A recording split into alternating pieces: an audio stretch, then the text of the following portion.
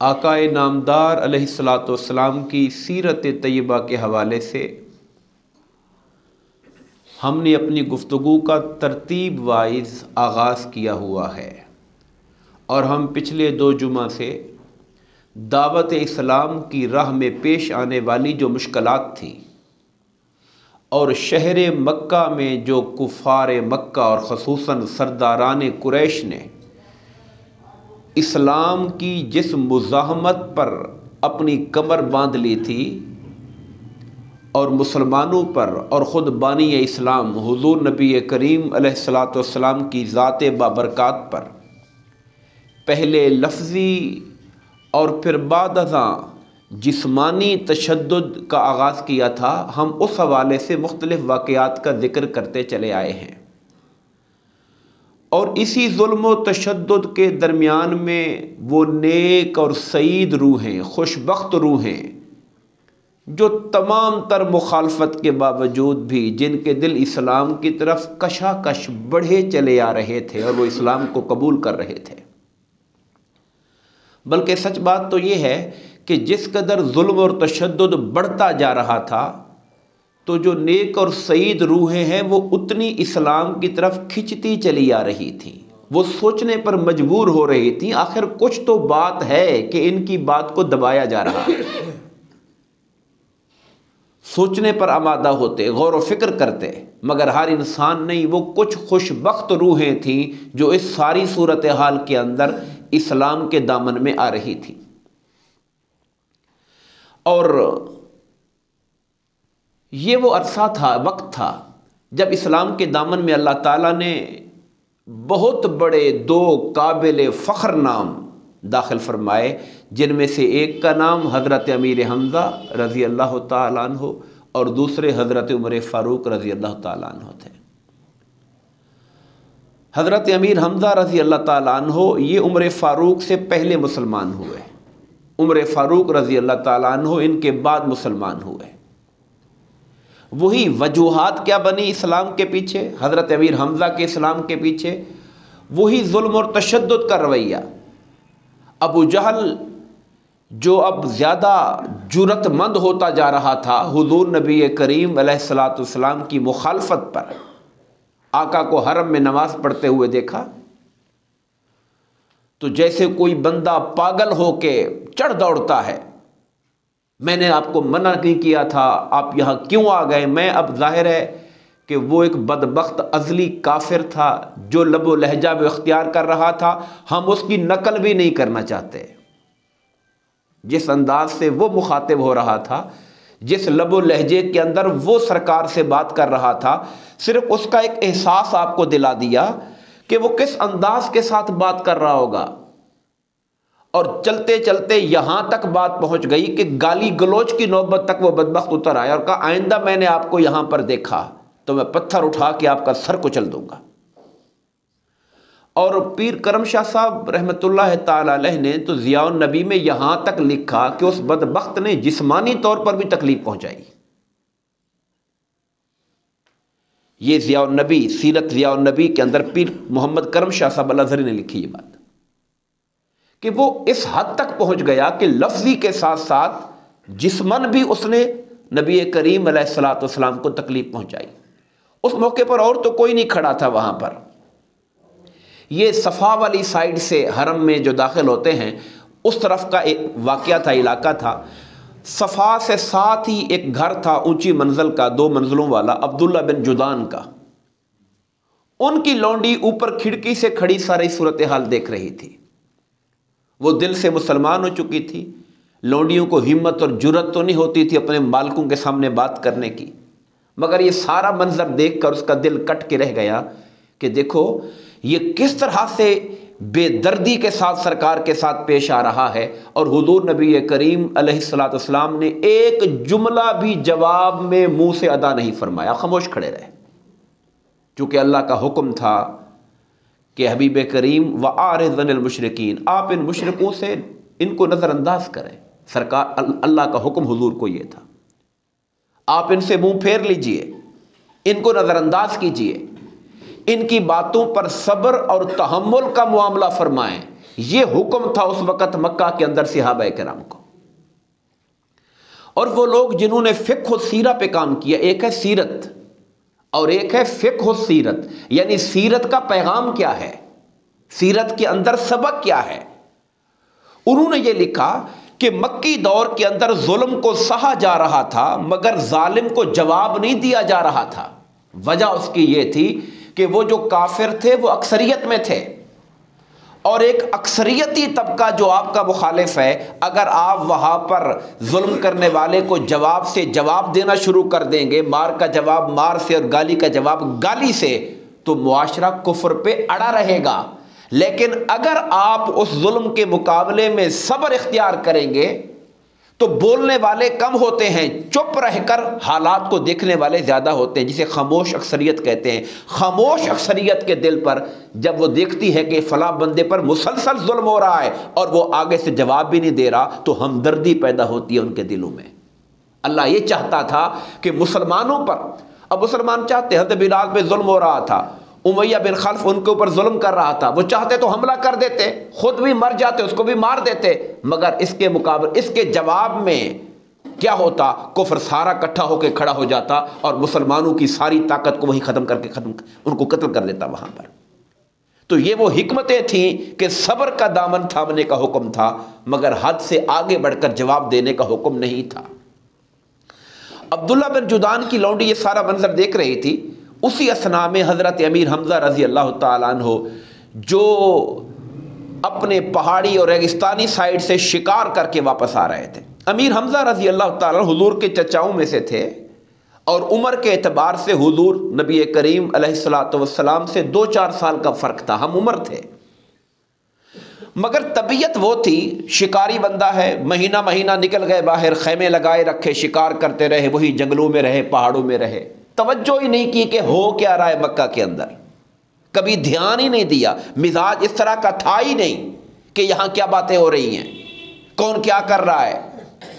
عبداللہ بن جدعان کی لونڈی نے جب آتا دیکھا تو رکا، انہوں نے روکا. ام امارہ، ان کی بیٹی کا نام امارہ تھا، تو ابو امارہ کہہ کے بلایا. امارہ کے باپ میری بات سنیں، اگر آپ آج یہاں ہوتے اور دیکھتے کہ ابو جہل نے آپ کے بھتیجے کے ساتھ کیا کیا ہے تو آپ سے برداشت نہیں ہونا تھا. اس نے یہ بات بتائی ان کو اور جو واقعہ ہوا اس کی خبر دی. تو آپ نے کہا اچھا اس نے ایسا کہا ہے؟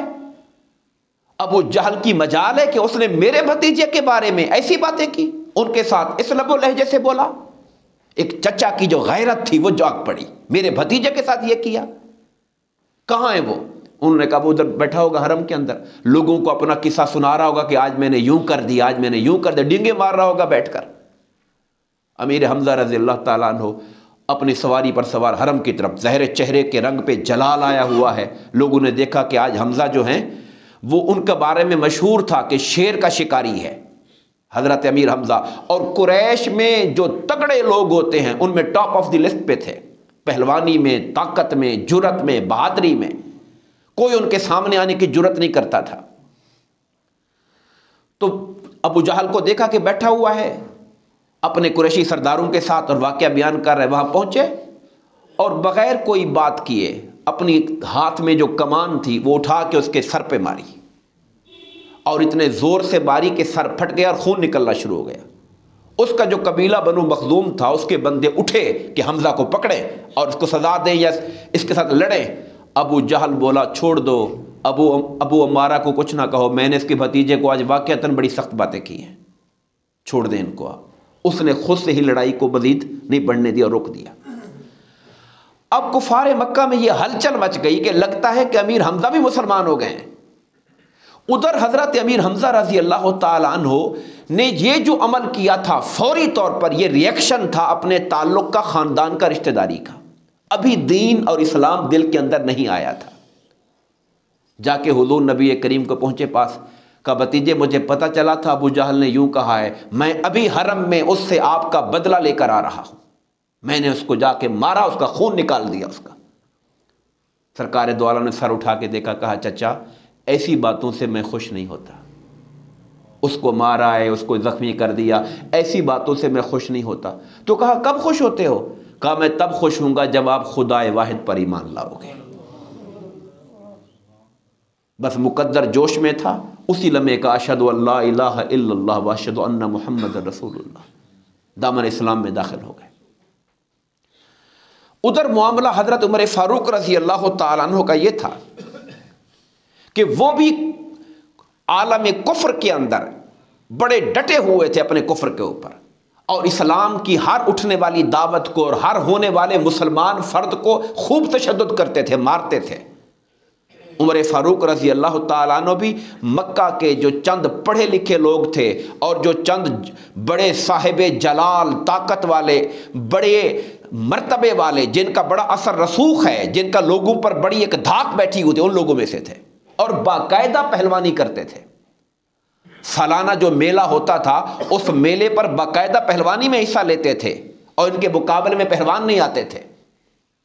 ساتھ ساتھ پڑھے لکھے بھی تھے اپنے علاقے کے اس زمانے کے اعتبار سے، تو اسلام کو پوری طاقت سے دبانے میں لگے ہوئے تھے۔ اب یہ فرق یہ تھا کہ ابو جہل جیسے لوگ بد اخلاق اور کمینگی پہ اتر آتے تھے، عمر فاروق جیسے مخالفت اپنی جگہ پر تھی مگر گرے ہوئے انسان نہیں تھے۔ وہ انسان نہیں تھا جو مخالفت میں بالکل حد سے نیچے گر جائے، سوچنے والے انسان تھے، غور و فکر کرتے رہتے تھے کہ حال کیا ہو رہا ہے، ہم جتنا زور لگا رہے ہیں مگر یہ تحریک دب بھی نہیں رہی، مسلمانوں کا جوش ٹھنڈا ہی نہیں ہو رہا، ان کی دعوت ختم ہی نہیں ہو رہی، لوگ ہمارے دبدبے سے ڈر ہی نہیں رہے، جو مسلمان ہو جاتا ہے مار مار کے ہم تھک جاتے ہیں، وہ اسلام چھوڑنے کے لیے تیار ہی نہیں ہوتا ہے۔ یہ باتیں دماغ کو ان کو گھما رہی تھی۔ ایک دن انہوں نے مکہ والے جو بیٹھے ہوئے تھے، دار الندوہ ان کا نام تھا، جو ان کی پارلیمنٹ تھی جہاں کفار مکہ بیٹھتے تھے، دار الندوہ نام رکھا ہوا تھا، اور صحابہ کرام جہاں بیٹھتے تھے اس کو نام دار ارقم رکھا ہوا تھا۔ وہ دار ارقم تھا جہاں حضور اور صحابہ بیٹھتے تھے، اور جہاں کافر سردار بیٹھ کے مشورے کرتے تھے اس کا نام دار الندوہ تھا۔ دار الندوہ میں مشورے شروع ہو گئے کہ کیسے کیا جائے، کوئی ہے بندہ معاذ اللہ استغفر اللہ جو جا کر حضور کو قتل کر دے تاکہ مسئلہ ہی ختم ہو جائے۔ اس پر عمر فاروق نے کہا یہ کام میں کروں گا، یہ کام میں کروں گا۔ لوگوں نے بڑے جوش کا ہاں ہاں عمر یہ تمہیں ہی جچتا ہے، یہ کام تم ہی یہ کام کر سکتے ہو، مکہ کے اندر یہ بندے ہو ہی تم جو اتنی بڑی جرت کر سکتے ہو۔ لوگوں نے اور جوش دلا دیا۔ اب آپ نکلے وہاں سے، تلوار نکالی اور سوچا کہ آج، اور دل میں وہ کہتے ہیں، عمر فاروق خود فرماتے ہیں میرے دل میں یہ خیال تھا کہ یہ جتنا ہمارے شہر مکہ کے اندر ایک بہت بڑا طوفان آیا ہوا ہے، جھگڑا ہو رہا ہے، لڑ رہے ہیں خاندان آپس میں، باپ بیٹا لڑ رہا ہے، بھائی بھائی لڑ رہے ہیں، ہماری لونڈیاں غلام نوکرانیاں ہمارے ساتھ اکھڑی ہوئی ہیں، یہ ساری جو کل کل مچی ہوئی ہے، بس میں جا کے حملہ کرتا ہوں، ختم کرتا ہوں اس ساری بات کو، اور زیادہ سے زیادہ کیا ہوگا، حضور کا خاندان مجھے مارے گا، مارے گا کیا، میں خود ہی جا کے پیش ہو جاؤں گا، اکیلی میری جان اگر چلی جائے اور مکہ میں امن آ جائے تو ٹھیک ہے، سودا مہنگا نہیں ہے۔ یہ ان کے دل میں سوچ چل رہی تھی کہ میں جا کے معاذ اللہ انہیں ختم کر دیتا ہوں، استغفر اللہ۔ زیادہ سے زیادہ یہی ہوگا کہ حضور کا خاندان بدلے میں مجھے مارے گا تو ڈھونڈنے کی بھی ضرورت نہیں، میں قتل کر کے خود پیش ہو جاؤں گا کہ مجھے مار لو، میرا مقصد مکہ میں امن قائم کرنا ہے، میرا مقصد یہ خلفشار ختم کرنا ہے، یہ جو سارے جھگڑے ہو رہے ہیں یہ ختم کرنے ہیں، میں خود ہی پیش ہو جاؤں گا۔ یہ دماغ میں پروگرام بنا کے تلوار نکل پڑے۔ رستے میں ان کے ایک رشتہ دار تھے، نعیم بن عبداللہ ان کا نام تھا، نعیم بن عبداللہ۔ انہوں نے جب تیور دیکھے عمر فاروق کے اور تلوار ہاتھ میں دیکھی، سمجھے کہ کچھ پروگرام ان کا ٹھیک نہیں لگ رہا، تو پوچھا عمر کدھر کا ارادہ ہے، کہاں جا رہے ہو؟ کہنے لگے میں آج اس نبی کا کام تمام کرنے جا رہا ہوں، معاذ اللہ استغفر اللہ، ہمارے شہر کے اندر فساد پیدا ہو گیا، یہ ہو گیا وہ ہو گیا، ہمارے بتوں ہمارے خداؤں کو برا بھلا کہا، ہمارے بڑوں بزرگوں کو بے وقوف کہتے ہیں یہ لوگ، ان کو لا علم جاہل کہتے ہیں، گمراہ کہتے ہیں، میں نے آج فیصلہ کر لیا کہ میں نہیں چھوڑوں گا ان کو۔ انہوں نے پھر وہی سوال دہرایا ان کو روکنے کے لیے، وہ اندر سے وہ مسلمان تھے، اسلام ظاہر لوگ نہیں کرتے تھے اس وقت۔ انہوں نے کہا عمر تم نے کیا آسان سمجھا ہے یہ کام، ان پہ جا کے حملہ کرو گے، قتل کرو گے، بنو ہاشم چھوڑ دیں گے؟ کہا کوئی بات نہیں چھوڑیں گے تو میں خود ہی جا کے پیش ہو جاؤں گا۔ انہوں نے سوچا کہ یہ تو بالکل ڈٹا ہوا ہے، بالکل ہٹنے کے لیے تیار نہیں، اب اس کو کیسے ہٹاؤں اس رستے سے؟ انہوں نے کہا ان کو چھوڑ، پہلے اپنے گھر والوں کی جا کے فکر کر، ان کو تو سیدھا کر لے، تو ادھر دوڑا جا رہا ہے۔ کہا گھر والوں کا کیا مطلب ہے؟ کہا تمہاری بہن فاطمہ بنت خطاب، تمہارا بہنوئی زید بن سعید یہ مسلمان ہو چکے ہیں، کہیں مسلمان ہو گئے، وہیں سے واپس پلٹے۔ اس کا مقصد ہی یہی تھا کہ اس کی سائڈ ٹریک اس کا چینج کروں، یہ جو ادھر دوڑا جا رہا ہے اس کو وہاں سے ہٹائیں، ان کو ادھر شفٹ کریں۔ وہ وہاں سے بھاگے، اپنے بہنوئی کے گھر پہنچے۔ این اسی وقت حضور کے صحابی حضرت خباب بن ارت سورہ طٰہٰ کی آیتیں نازل ہوئی تھی۔ وہ نازل ہونے والی آیتیں اس میاں بیوی کو جو حضرت عمر فاروق کے بہن بہنوئی تھے ان کو پڑھانے کے لیے گھر میں آئے ہوئے تھے، حضرت خباب بن ارت۔ اب جب بندہ گھر میں پڑھ رہا ہو، اتنی ساؤنڈ پروف دیواریں تو نہیں تھی، نہ اس طرح کے پکے گھر تھے، تو باہر تھوڑی تھوڑی آواز آ جاتی ہے۔ وہ تو پہلے ہی سن کے جا رہے تھے کہ میرے بھائی بہنوئی مسلمان ہو چکے ہیں، بہن بہنوئی دماغ میں تو پہلے تھا۔ جب دروازے پر پہنچے تو اندر سے آواز ہلکی ہلکی آ رہی، سمجھ نہیں آ رہی تھی کیا بولا جا رہا ہے، مگر تھوڑی تھوڑی آواز آ رہی تھی۔ تلوار دروازے پہ ماری، زور سے ناک کیا۔ انہوں نے پوچھا کون ہے؟ اندر سے کہا عمر، دروازہ کھولو۔ جب عمر کا نام سننا تھا گھر میں ایک ہلچل مچ گئی، کاغذ چھپاؤ، قرآن والا ورقہ چھپاؤ، خباب کو کہاں چھپانا ہے، اس کو اس کمرے میں ڈالو، ادھر پیچھے پردے کے پیچھے کرو۔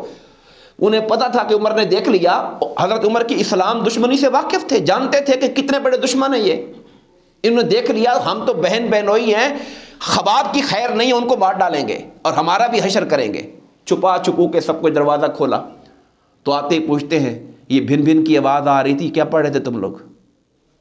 قرآن باقاعدہ سیرت میں یہ لفظ آئے، ہیمنا۔ ہیمنا کہتے ہیں وہ آواز جو بندے کو آتی ہے سمجھ نہیں آتی کہ تھا کیا، یہ تم لوگ کیا پڑھ رہے تھے؟ انہوں نے کہا نہیں کچھ بھی نہیں پڑھ رہے تھے، ہم تو باتیں کر رہے تھے، آپس میں گھر میں بات چیت کر رہے تھے۔ کہا نہیں مجھے پتا چلا ہے تم لوگ بے دین ہو گئے ہو، مجھے پتا چلا ہے کہ تم لوگ بے دین ہو گئے ہو۔ تو ان کے بہنوئی حضرت زید نے کہا، سعید بن زید نے کہا وَإِن كَانَ الْحَقُّ فِي غَيْرِ دِينِكَ، اے عمر اگر حق ہمارے دین میں جو تمہارا دین ہے اس میں نہ ہو، حق اور جگہ ہو، تو کیا ہم حق قبول نہیں کر سکتے؟ ان کو سمجھ آ گئی واقعتاً بات ٹھیک ہے، وہ ٹھیک کہہ رہا تھا کہ یہ بے دین ہو گئے۔ اٹھا کے ان کو پلٹا کے نیچے مارا اور باقاعدہ ٹانگوں سے لاتے مار کے اوپر چڑھ کے بیٹھ گئے۔ اب بیوی ان کی دیکھ رہی ہے کہ میرے شوہر کے ساتھ یہ حال ہو رہا ہے، تو وہ آگے بڑھی ان کو وہاں سے ہٹانے کے لیے، تو جس غصے میں تھے ہاتھ کا تماچا الٹا کر کے مارا، بہن ادھر جا کے گری اور سر سے خون بہنا شروع ہو گیا۔ گھر کا منظر آپ سوچئے، تصور کیجئے کہ کیا خباب ادھر کوٹری میں چھپے ہوئے ہیں اور ادھر اپنے بہنوئی پہ چڑھ کے بیٹھے ہوئے ہیں، مارے جا رہے ہیں ان کو، بہن بچانے آ رہی ہے تو اس کو بھی الٹا ہاتھ دے کے مارا، وہ بھی جا کے گری، سر ان کے بھی چوٹ، خون آنا، چہرے پر خون بہنا شروع ہو گیا۔ اب اس حال کے اندر ان کی بہن کھڑی ہو گئی، بہن بھی تو آخر حضرت عمر کی ہی بہن تھی نا، وہ کھڑی ہو گئی غصے کے اندر، کہا یا عدو اللہ، اے اللہ کے دشمن۔ بولایا کس طرح بھائی کو، یا عدو اللہ، اے اللہ کے دشمن، اتضربنی علی ان اوحد اللہ، تو مجھے اس لیے مارتا ہے کہ میں کہتی ہوں کہ اللہ ایک ہے، اس لیے مار رہے ہو ہمیں تم کہ ہم کہتے ہیں کہ اللہ ایک ہے؟ ہاں سن لو، اللہ ایک ہے، اور میں یہ کہتی ہوں کہ اللہ ایک ہے، حضور اللہ کے رسول ہے، ما کنت فاعلا ففعل، تجھ سے جو ہو سکتا ہے تو کر لے، جو تجھ سے ہو سکتا ہے تو کر لے۔ ہم گواہی دیتے ہیں کہ اشہد ان لا الہ الا اللہ واشہد ان محمد رسول اللہ صلی اللہ علیہ وسلم۔ یہ جملہ جب عمر فاروق نے سنا، ان کا سارا جوش ٹھنڈا پڑ گیا۔ جیسے بندہ ہوتا ہے نا، بندہ مک جاتا ہے، ختم ہو جاتا ہے کہ یار بہن، ایک تو بہن کے چہرے سے خون نکلتا دیکھ رہے ہیں، بھائی کو غصہ اپنی جگہ، مگر اپنے رشتہ دار بھائی بہن کا خون بھی انسان برداشت نہیں کر سکتا۔ ایک طرف تو یہ حالت دیکھ رہے ہیں بہن کی، اوپر سے بہن کا جذبہ اور ہمت یہ ہے کہ عمر جیسے بندے سے کہتے جو کرنا ہے کر لے، ہم ہو گئے مسلمان۔ اب بندے کے پیچھے بچتا کیا ہے؟ اصل تو وہ روب ہی ہوتا ہے انسان کا، جب وہ روب دمدمے میں کوئی نہ رہے تو پیچھے پلے کیا رہا انسان کے؟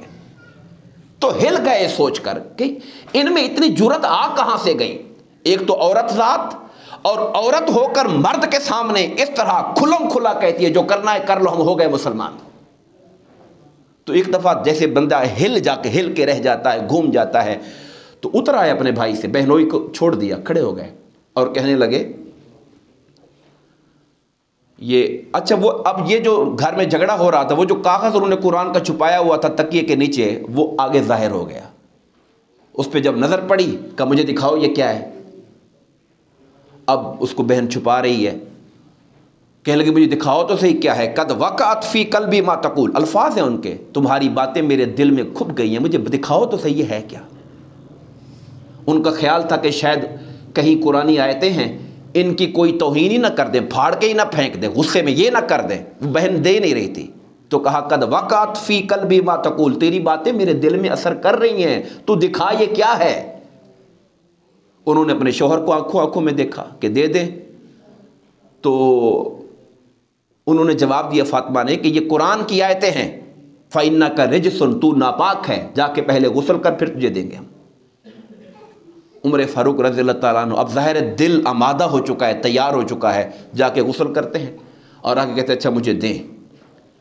وہ سورہ طٰہٰ کی آیت تھی. طٰہٰ، اللہ نے حضور کو پیار سے طٰہٰ کہا. طٰہٰ، امام راضی کہتے ہیں طا اور ہا ان کے جو عدد ہے ان کے یہ 14 ہیں. جیسے بسم اللہ الرحمن الرحیم 786 ہم کہتے ہیں، سرکار کا نام نامی محمد کی جگہ 92 لکھتے ہیں، تو طٰہٰ کی عدد ہے 14. اور اللہ تعالیٰ طٰہٰ کہہ کر حضور سے فرما رہا ہے میرے 14ویں کے چاند. طٰہٰ ما انزلنا علیک القرآن لتشقی، ہم نے قرآن اس لیے تو نہیں اتارا تھا حبیب آپ تکلیف میں پڑ جاؤ. الا تذکرۃ لمن یخشی، اب عمر فاروق یہ آیتیں پڑھنا شروع ہو گئے. الا تذکرۃ لمن یخشی، یہ تو نصیحت ہے ان کے لیے جن کے دل میں خوف خدا ہو. تنزیلا ممن خلق الارض والسماوات العلی، اور یہ اتارا گیا ہے کلام اس رب کی طرف سے جو زمین اور آسمانوں کو پیدا فرمانے والا ہے. الرحمن علی العرش استوی، یہ اس رحمان کا کلام ہے جو عرشوں کا مالک ہے، عرش پہ بیٹھنے والا ہے.